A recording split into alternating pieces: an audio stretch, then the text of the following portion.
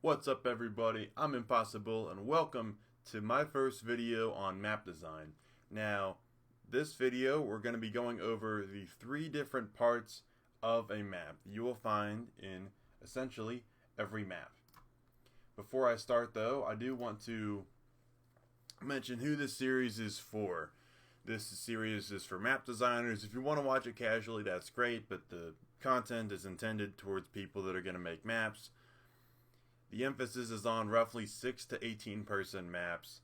A lot of this stuff does apply to maps that would be larger than that, maybe up to 32 or 64 players, and 1v1 maps also. But we're not really looking at either of those. Mainly roughly that size.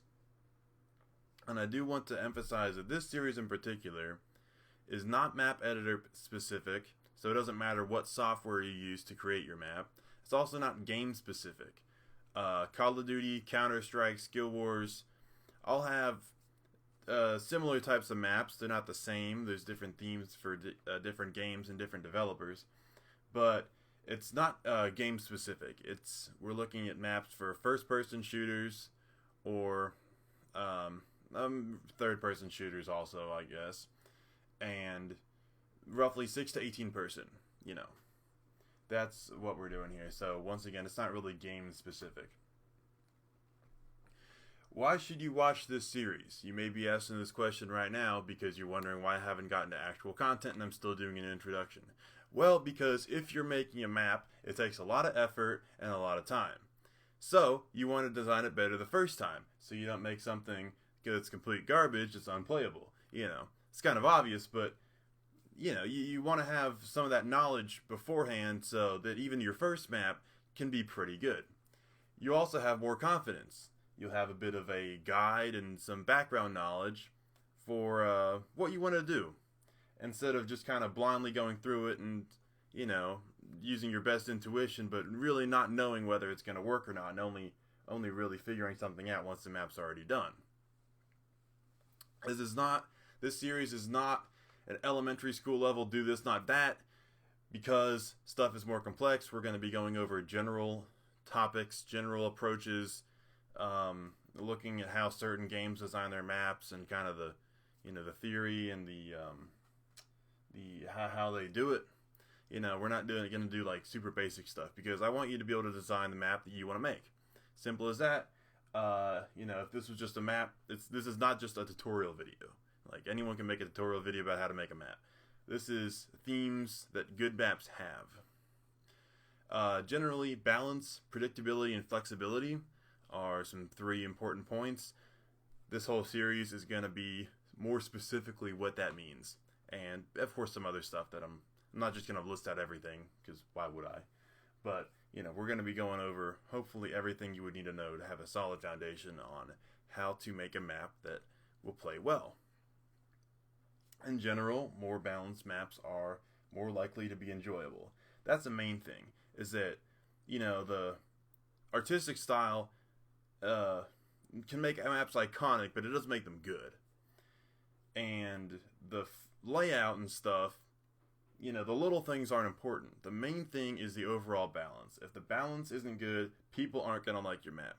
Your balance is good, people still might not like it for whatever reason, but if your map is completely unbalanced, that's the number one thing that people won't like. So that's going to be the number one thing we're focusing on. This is just a short series plan. We're going over symmetry right now in this video.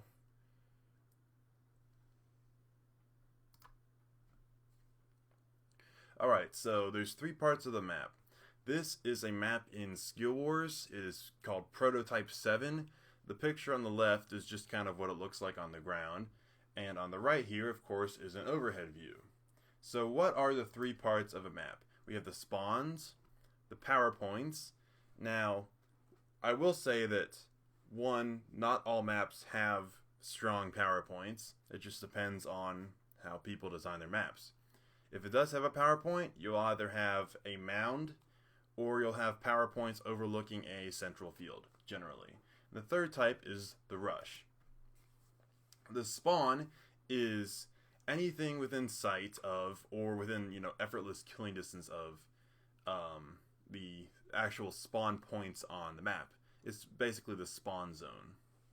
Now, there are a couple types of spawns. We'll get into this later, but fixed spawns versus dynamic spawns. Fixed spawns or static spawns is just there's one team spawns on one place, other team spawns in the other place. That's just how it is. A lot of games like Call of Duty have dynamic spawns where the spawn will change depending on where people are on the map. This video series is going to kind of assume that you're working with something that uses static spawns. However, most of the ideas of what you would want in a static spawn zone extend pretty well to where to place dynamic spawns. So if you're working with dynamic spawns, this should mostly still be relevant. The power points, you can tell by it's the thing that everyone tries to rush to because it's the most powerful point on the map. It's usually in and or overlooking the center. It's the ideal place to defend for easy kills. Asymmetrical maps tend to not have as prominent of these. They can still be there, but generally power points are stronger on symmetrical maps. And once again, they're not found in every map style. Call of Duty is pretty, Counter-Strike tends to have them on maps. Call of Duty tends to not have them. That's just how it is. Prototype 7 has a mound, and mounds are generally easier to carry a bad team. This is another map in Skillwarz called Prototype 6. You can see there's actually 2 towers and a empty space in the middle. You can call this a field power point because of the field in the middle and the power points overlook that. This is usually more balanced because you either have to rush far forward and camp in the enemy's tower, which is very close to their spawn, or you have to sit in your own tower, which is farther away from their spawn. Of course, if you're closer to their spawn, the assumption is that it's easier for them to kill you, and it's harder to get there. So this tends to be a bit more balanced than the other type. And the third type we'll mention is the rush. This is in between the spawn point and the power point. This is also you can easily identify it as the place that you always get killed when you're getting spawn trapped, because you can't really get killed in your spawn, because if you just spawn in the open, then you can. But if your spawn has any type of protection, you're not really ever going to get killed there, because you'll be able to defend that easily if people get too close. If you're getting spawn trapped, you can't get to the power point because that's where people are spawn trapping you from, so you get killed in the rush. These are 2 more examples of some diagramming. This is on Skillwarz Prototype 2. This is the night version, but it doesn't matter. As you can see, the orange part is the spawn. The yellow part is the rush.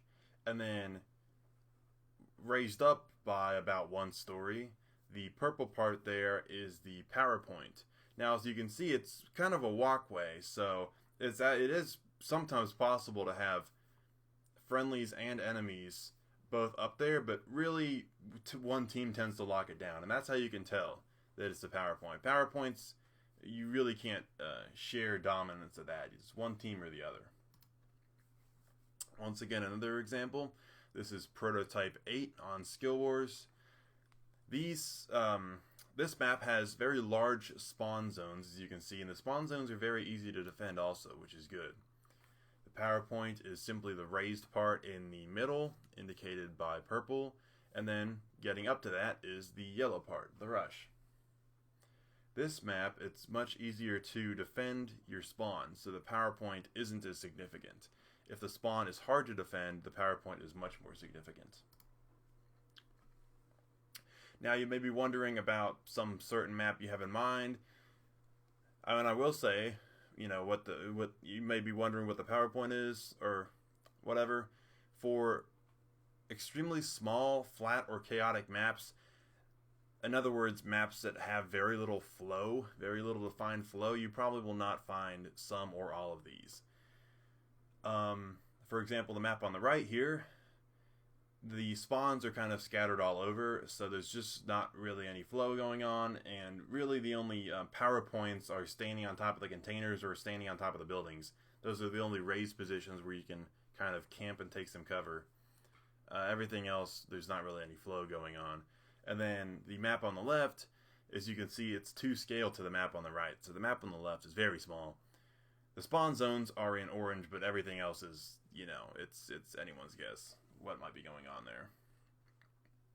So for some types of maps, you won't have some or all of these, but generally you will at least have the rush, and you will, of course, you'll always have spawns, and you'll almost always have a rush area of the map. PowerPoints, it depends on the philosophy and the design of the specific map designer, but those are pretty common also. So anyway, this will do it for this video. I hope you enjoyed watching. If you have questions, please do leave them in the comments. I will be covering more topics later, but other than that, have a nice day. This is the pilot episode, so please let me know what you think of it. That's very important. Good or bad comments are appreciated.